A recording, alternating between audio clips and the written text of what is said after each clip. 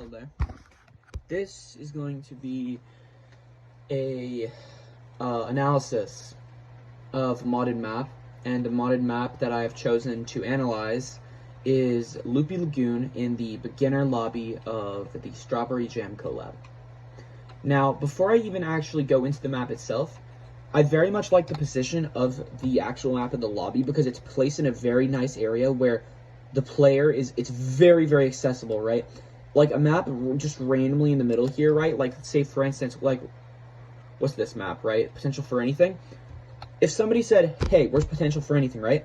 It's going to be difficult. It's going to be difficult to remember a random map just down here in the middle because there's so many maps, and it's difficult to actually, like, it's difficult to remember where everything is down here. But these maps on the right and left of the top here are very easy to remember the location of because they're the only maps that are above the ground level, as well as you're gonna typically want to sort of go up first. At least I decided to first go up, and it actually was the first map that I played in the actual Strawberry Jam collab itself. So starting off. First off, I like the usage of the spinner when you die. That usage of the spinning, I think that actually, I don't know, I feel like that actual spinning like effect contributes very nicely with the overall like vibe of this map itself because it's Loopy Lagoon and the thing fills the screen with, you know, looping, as well as this starter room. So this starter room, very nice custom decorations, like these little Fruit Loops dangling on ropes, as well as the Chapter 4 vines. These, like, Chapter 4 vines are the purple Chapter 4 vines, I think, very nicely fill the space without being too much, I think. Oh, wait, those aren't Chapter 4. No, those are Chapter 5. Yeah, those are the Chapter 5 vines, colored from green to purple. They fill the space very nicely without being too cluttering, as well as these little spoons here, which are sort of like a nod to, like, hey, Loopy Lagoon, sort of like Fruit Loops, right? Which is also, I think, what these little decorations here are supposed to be. They're supposed to be little bits of cereal, which go nicely with these larger blocks, these much larger blocks, which are like Fruit Loops. And this, I think this room here is just a very good starter room because there's nothing that can kill you. And if you go on any of these blocks, it'll immediately start bouncing you and showing you, hey, like, this is the main mechanic of the map. And you can just sort of experiment here and sort of experiment with the general mechanics of how this stuff works. And if you dash in, you're like, oh, wow, I can actually get boosted by this, right? And if you don't actually figure this out in the first room, you will later in the map. But this is just sort of like it's a very nice way to just sort of show the player what is in the map. I also like how the creator of this has this contrast between both the background, which is large Fruit Loops in a sort of like a sea of like milk, almost, it looks like. A contrast between that from the walls, from the foreground, or tile set, sorry, as well as this Chapter 4 looking green version of the Chapter 4 back walls, which also sort of contrasts very nicely with the tile set itself. As well as the subtle Fruit Loops that are like inside of the actual tile set themselves, very nice. And even this Goldenberry placement is very nice as well, I'd say, because it's right on top of the highest actual block in the level here. And I imagine if I respawn, if I grab it, yep, it spawns me right underneath it to where I can just jump right up, grab it, and then go. Very, very nice positioning. Very nice execution. Now, this is, given the background, first off, which is very nice, it looks very much like sort of like plateaus, almost, large plateaus, with Fruit Loops coming out, large, like, structures of Fruit Loops, one even bridging the chasm there, and then a large sea of, like, what looks to be milk, everywhere else on the horizon, as well as this very nice gradient into the off the top here, which goes from orange into very light purple or like violet. And the moving cloudscape on the horizon line is also very nice and helps to sort of like sell the idea that this is like kind of like an endless ocean almost, and you're on like sort of an island, which is where I imagine that this thing sort of takes place. Very, very well done background. just sort of really helps to sell the idea of our location. And I think especially, yeah, that moving cloudscape, like I said, just helps to sort of, on the horizon, sort of sell that idea. This first room introduces the milk, or lava, which the player will very quickly find out will kill them.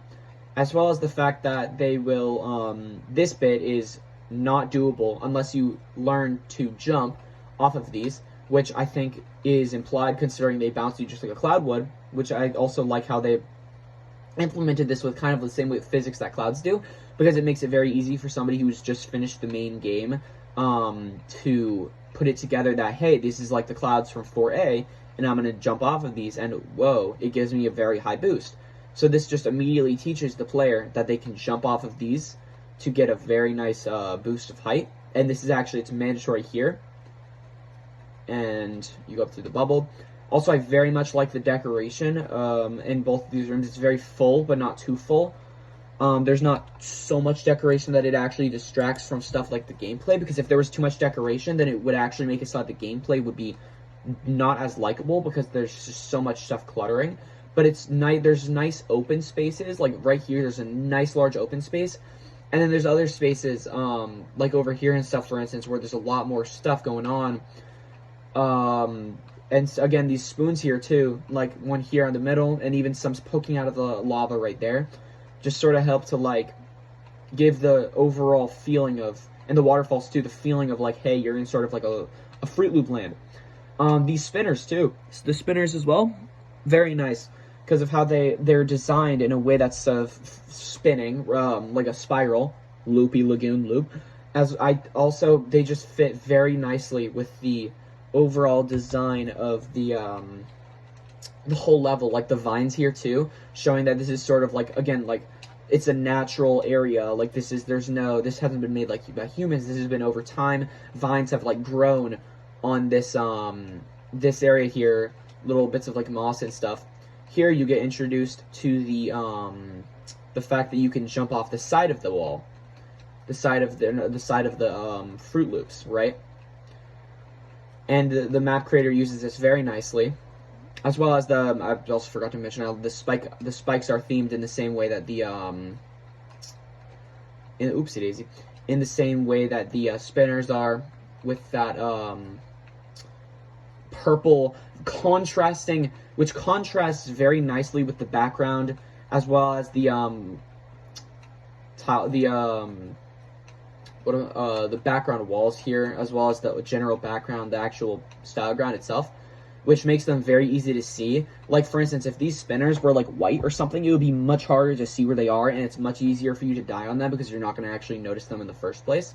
But having them contrast works very well with the so that a beginner player, which is what this map is designed for, can much more easily see, hey, this is death.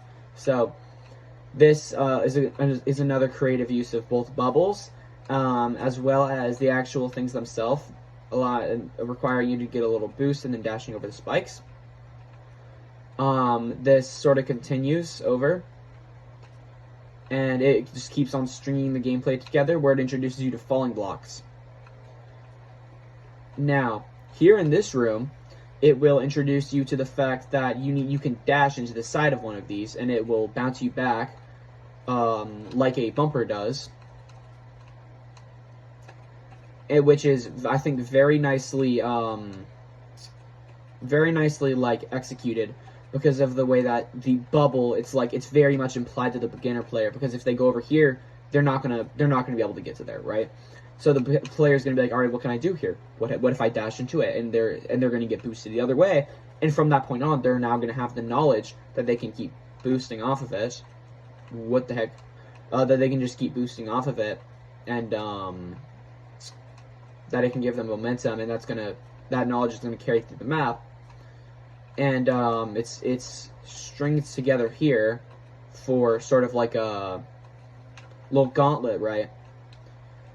And here is, if you want, you can just go over here, but it's also a sort of implication to the player that you can also just dash into these. Here it's required, so you actually have to dash into that, and that's going to become very apparent and very clear to the player immediately, And they're also going to put together, if I can get the boost off of a bubble from this, I can probably get the boost from a dash. And they're going to find that out that they can. Now, over here, the next area requires you to, to sort of, it's very creative use of these. It requires you to go from one side to the other, into the bubble, and then back onto it. Very creative use.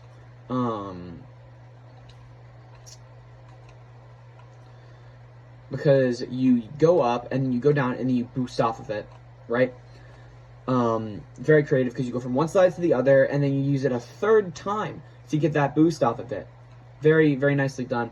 As well as this area, this area up at the top here is also nicely, like, sort of not indicated exactly, but like it's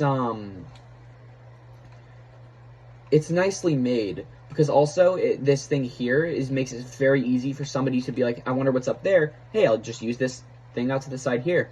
And they can very easily get up here and get to the first strawberry. I think this is the first strawberry. I'm not too sure.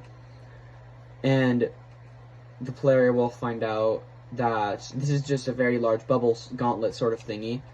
And,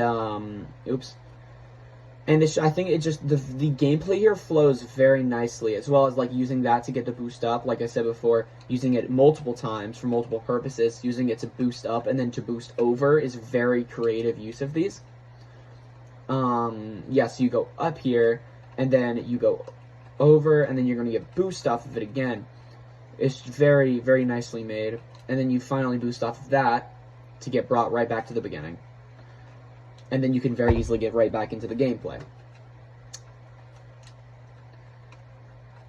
And like I said before, very nice deco. Like how this little bits of like background walls hanging here, almost like it's like little bits of hanging bits, as well as little bits like sort of poking up like little spikes almost. Very nice how it the map creator just really well uses all of the open space and like sometimes takes up open space and will leave open space. Very well done. This one is sort of like the other one. It's almost like you double back on yourself, right? You double back on yourself. So you go over here, and you go up, and then you're going to go over to the right, and then back to the left, and then up. It's very nicely done. Now, this room is sort of like a little chain almost of the other stuff that we've already done. Very nicely done, also with the falling block to sort of create urgency for the player. I think this actually might be intentional for that. Could be intentional for if you're going for like a speed run or something. I don't know if that's intentional or not. If it is intentional, it's very, very well done. Either way, over here you boost off of that. If you want to get the strawberry, it's not very difficult for a beginner player to get. Although it does still require you to go out of your way, which I do very much like in like a strawberry. You don't want it to be crazy difficult, but you don't need the player to always go into a separate room entirely. It doesn't need to be too easy or too hard, and it's very nicely implemented into this room, just very fluidly, and goes right at the end of the room there. And if I was just going to do this room normally, right, it's not, I don't really have to go out of my way at all. Whereas if I want to go out of my way, I absolutely can to go and get those strawberry, like, seeds, I think they're called. So go and get those seeds.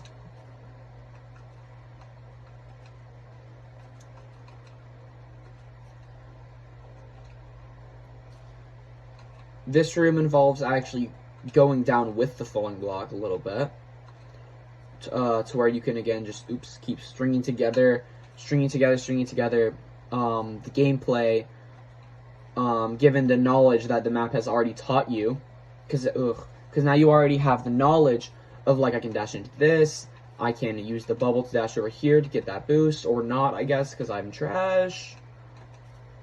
Over here to get the boost, to get over here, get another boost, follow that down. Very good execution to this, and again, more good usage of that, using the empty space. I think that actually falling block is a very nice transition. It also sort of covers this gap here of spinners and spikes. You go up here. Now this is a room where you also where you also sort of loop back on yourself, right, multiple times. You sort of keep looping back on yourself. Well, you loop back on yourself once. That's a very good use of actually going all the way down with the falling block, where you don't just have to where you don't just need to like grab it and then like let go of it before. Now you can go all the way down with it, use the bubbles, and then you can go right back up. Very, very well done with how you loop back over yourself. Over here, the way that you get through here is actually, it takes a little bit of ingenuity, which I like how the map creator made it so you have to do that. You have to grab it, let go of it, and then before it actually comes and smushes you, because if I go underneath, it just smushes me, right? Yeah, also I like the fact that there's a spawn point right here, so if you smush yourself, you don't respawn like all the way over here or something, and then have to come all the way over here for the next attempt. No, you spawn right next to it. Just grab it, go right under. It actually took me a second to think about, because it takes a little bit of ingenuity to actually figure it out, which I very much like how the map creator did. This is just sort of a little bit of a more complex string of the mechanics that we already know. I also really like that sort of tree looking thing over there that the map creator made, filling that empty space. Very nice use of the actual vines themselves and how they can sort of link up seamlessly. I think he does that a couple more times in the map. But yeah, it's very, very nice usage of that like decoration. Like over here too, right? There's two different vines that are in the same area, but it just looks very, very well done.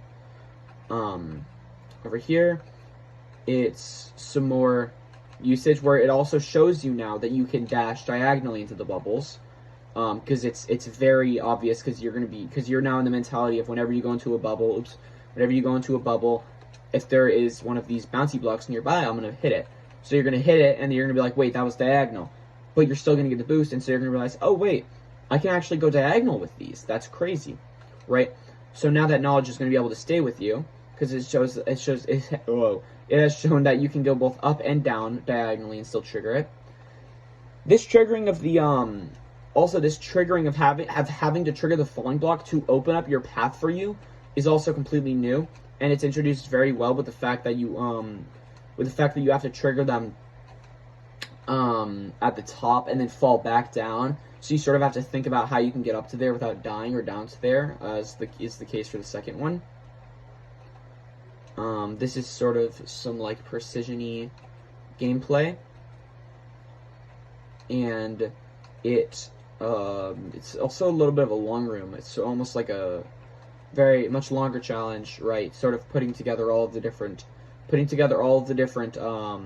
mechanics that we've done so far, and that long little end room leads us right into the end, because that was sort of like the last challenge. Also, something I didn't notice, I don't actually know if those exist in the other rooms, is these recolored versions of the farewell thingies that sort of fly around.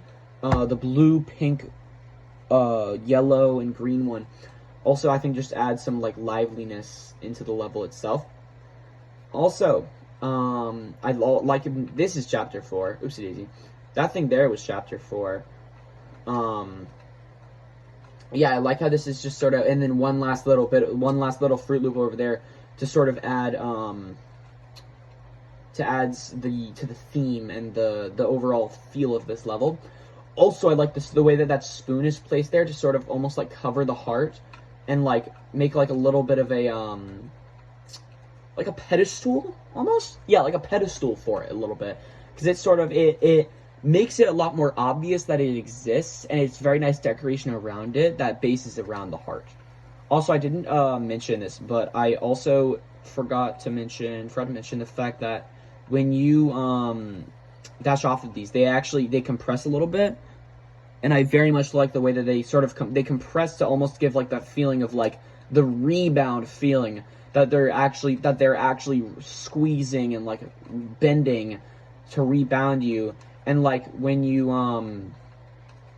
actually dash off of them, they're they move to the left, or they bounce. They actually bounce, right? And as well as when you use them vertically, or not vertically, sorry, when you use them, when you bounce off of them straight up, you'll notice at the bottom here of the yellow one, there's little like particle effects that come out of it. Again, I think that just really helps to add to the idea of this is like sort of a Fruit Loop land, so these aren't just like solid, super solid blocks, little bits of them sort of come off, and like it just adds to the feeling that this level is trying to convey, which I think it very excellently does. Also, a nice little area for Heart Ultra. Well, that concludes my review.